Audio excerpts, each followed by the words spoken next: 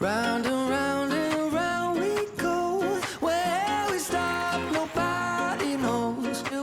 This might look like a tranquil slice of pristine bush, and it is, except for those days when it's positively throbbing with maniacal mountain bike riders screaming through here, taking full advantage of some of the best and most challenging mountain bike trails of the world.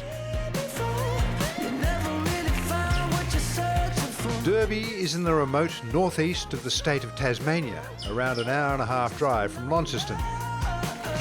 While it may be regarded as a mountain biking mecca, it's also rather beautiful, with the town's namesake lake reaching depths of over 100 metres and covering around 9 hectares.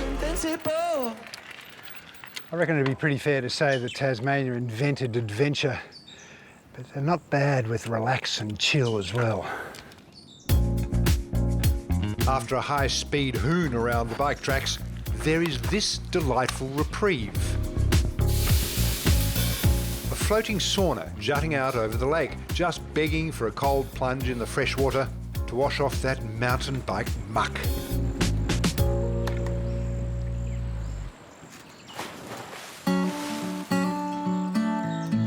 Once a tin mining town, this lovely lake, now one of Derby's top attractions, was formed when the main mine hole filled with water.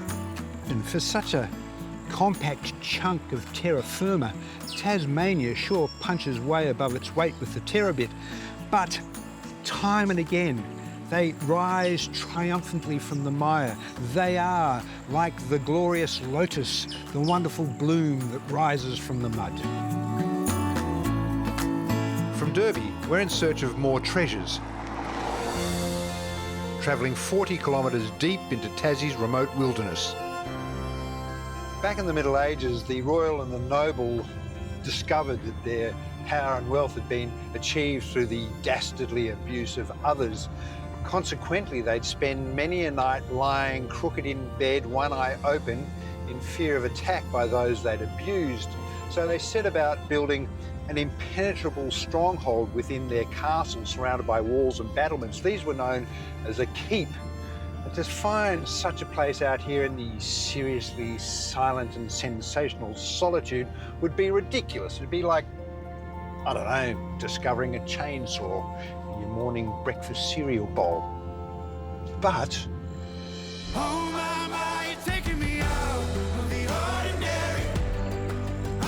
this surreal sight is the last thing you'd expect to find out here. Many kilometres from any other form of civilization. Well, you won't find a better definition of isolation than this.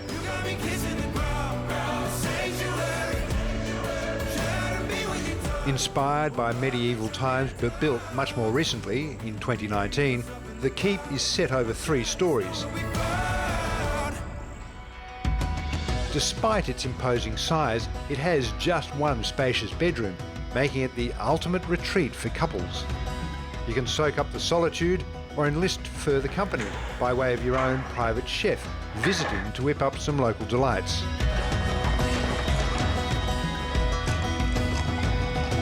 The oysters have come from a lease 30 kilometres down the road. Matter of fact, I picked them up on the way here. That's how fresh they are.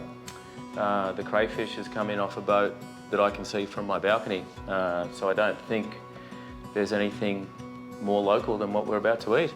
For some true 5-star spoiling, Sam is your man. Part of the charm of coming to a property like the Keep is you are so far removed from the daily hustle and bustle of life that you don't want to leave. There's no reason to leave. The amenities here are just remarkable, and having me come in and cook, I think, just adds a little bit of, you know, cherry on top, or whatever you like to call it, for people that do come here. Because once you're here, you should be switching off your devices. There's no TV in this property. There is just nature and your loved one that you're enjoying your time with. While for me this is a solitary stay, it's easy to see how guests settle in, stay put, and surrender themselves to this mind-blowingly epic location.